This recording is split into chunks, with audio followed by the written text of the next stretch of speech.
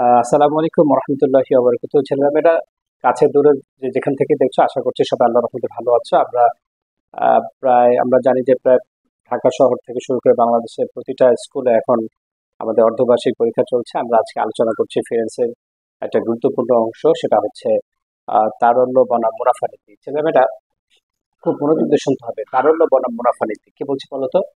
তারল্য বনাম মুনাফা। ছেলেমেয়েরা ধরো কোনো একটা ব্যবসা প্রতিষ্ঠানে, স্বপ্নিল আমাকে শোনো, কোনো একটা ব্যবসা প্রতিষ্ঠানে প্রতি বছর 10 লক্ষ টাকা প্রয়োজন। ফর এক্সাম্পল, পরিচালনা করতে কত টাকা প্রয়োজন? 10 লক্ষ টাকা প্রয়োজন। এখন সে 15 লক্ষ টাকা রাখে। বলো তো ছেলেমেয়েরা, এটা কি সে ভালো কাজ করছে, নাকি সে সঠিক কাজ করছে, না ভুল কাজ করছে? কেন? কেন 15 লক্ষ টাকা রাখলে খারাপ কোথায় বা অসুবিধা কোথায়? নীতি বাইরে মানে কোন নীতি বাইরে? মানে কি তার নিচে কি বলেছে? আর যদি মানে তুমি যদি 15 লাখ টাকা রাখি, তাহলে ক্ষতিটা কোথায়, লসটা কোথায়? বিদ্যুৎ বাড়ছে। এবার একটু শোনো, যাই হোক, ও পড়ার চেষ্টা করছে, তুমি বলবে আব্দুর রহমান বলো, কে বলতে চাও? এবার খুব মনোযোগ দিয়ে শুনবে। তারল্য বনাম মুনাফা নীতি আমরা আলোচনা করছি কি? তারল্য বনাম মুনাফা নীতি। এই তারল্য বনাম মুনাফা নীতি বলতে বোঝায়, ধরো কোনো একটা ব্যবসা প্রতিষ্ঠানে সারা বছর 10 লক্ষ টাকা প্রয়োজন পরিচালনা করতে। কত লক্ষ? 10 লক্ষ টাকা প্রয়োজন। সে 15 লক্ষ টাকা রাখে। কত লক্ষ টাকা রাখে? স্বাভাবিক দৃষ্টিতে মনে হতে পারে কাজটা ঠিক আছে, কিন্তু আসলে কাজটা ঠিক না। কেন? ছেলেমেয়েরা, সে কত টাকা বেশি রাখছে? 5 লক্ষ টাকা। এই টাকা যদি ব্যবসায় না রেখে সে ব্যাংকে জমা রাখতো, কোথায় জমা রাখতো? ব্যাংকে। তাহলে এই ওই 5 লক্ষ, অতিরিক্ত 5 লক্ষ টাকা থেকে কি করতো? আয় পেতো বা সুদ পেতো। কথা বুঝতে পেরেছো? তার মানে সে সুদ থেকে বা আয় থেকে কি হচ্ছে? বঞ্চিত হচ্ছে। ক্লিয়ার? আচ্ছা, এখন একটু আগে আমরা বলেছিলাম যে প্রতি বছর ব্যবসায় পরিচালনা করতে কত টাকা প্রয়োজন? 10 লক্ষ। এখন তুমি বেশি সুদ পাওয়ার আশায়, নাবান, বেশি আয় পাওয়ার আশায় তুমি কি করছো?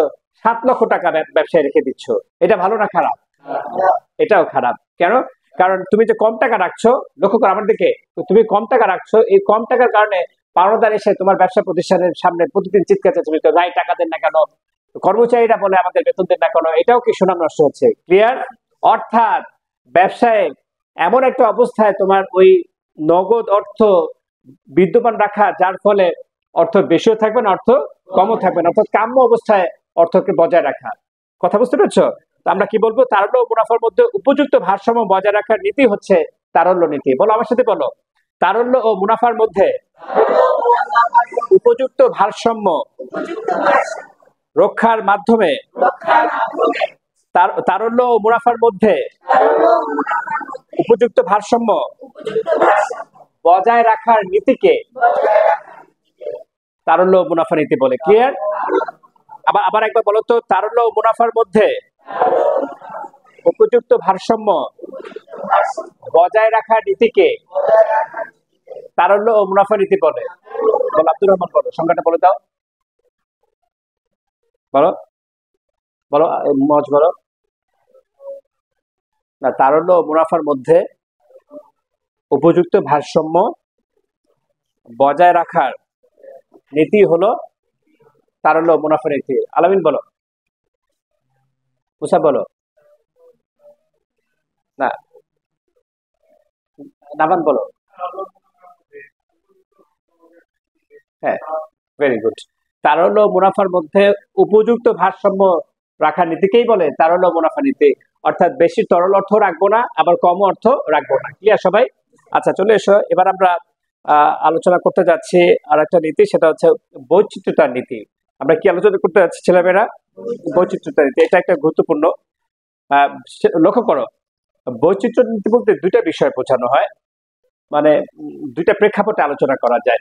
ফর এক্সাম্পল, তোমার কাছে 5 লক্ষ টাকা আছে। আমাদেরকে লক্ষ্য করো সবাই, কত টাকা আছে?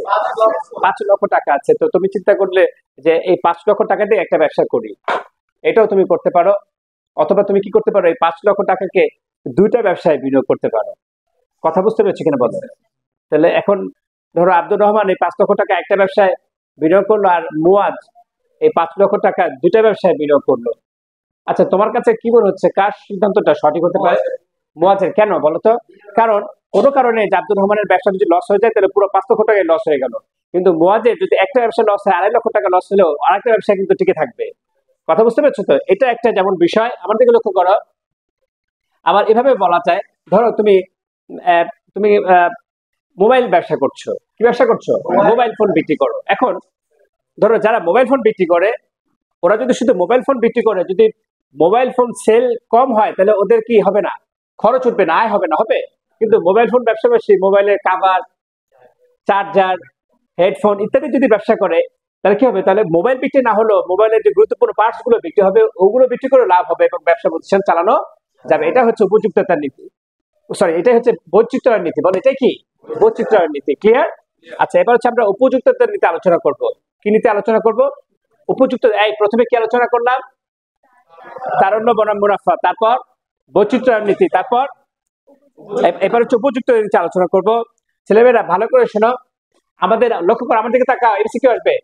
আমাদের ব্যবসায় প্রতিনিয়ত পণ্য বিক্রয় করে যে আয়টা হয়, ওটাকে বলে আমরা চলতি মূলধন। বলো, এটা কি বলে? ব্যবসায় পণ্য বিক্রয় করে যে আয়টা হয়, ওটা কি বলে? এই চলতি মূলধন আমরা ব্যবহার করব ব্যবসায় নিয়মিত খরচের পেছনে।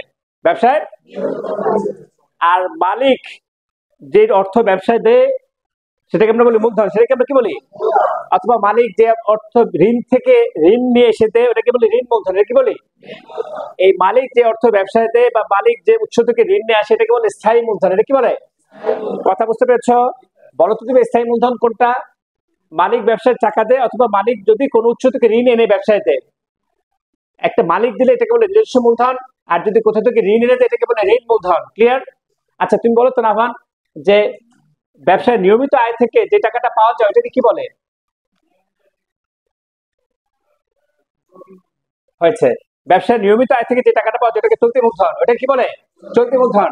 আর মালিক তার নিজস্ব উৎস থেকে অথবা ঋণ নিয়ে ব্যবসা জানবে, ওটাকে কি বলে? স্থায়ী মূলধন। এটা কি বলে? এদিকে তাকাও। চলতি মূলধন আমরা খরচ করব কি দিয়ে? কিসের পেছনে?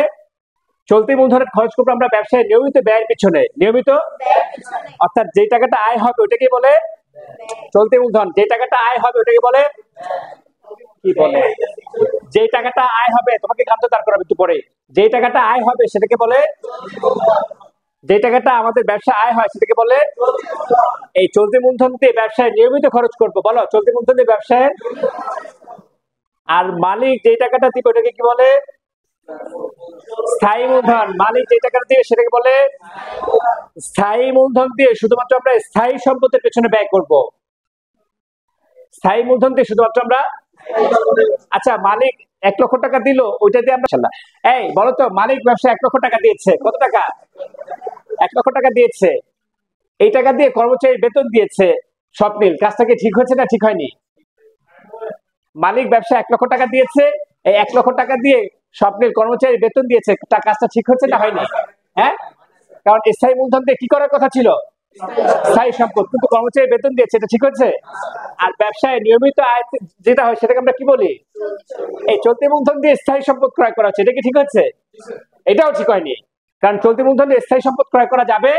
চলতি মূলধন ব্যবসায় নিয়মিত খরচ দিতে হবে, বিদ্যুৎ বিল, কর্মচারী বেতন, দোকান ভাড়া। চলতি মূলধন দিয়ে কি করবো আমরা? নিয়মিত খরচ। আর স্থায়ী মূলধন দিয়ে কি কিনবো? স্থায়ী সম্পদ। আশা করি সব বুঝতে পারছো। ধন্যবাদ সবাইকে। আজ এ পর্যন্তই।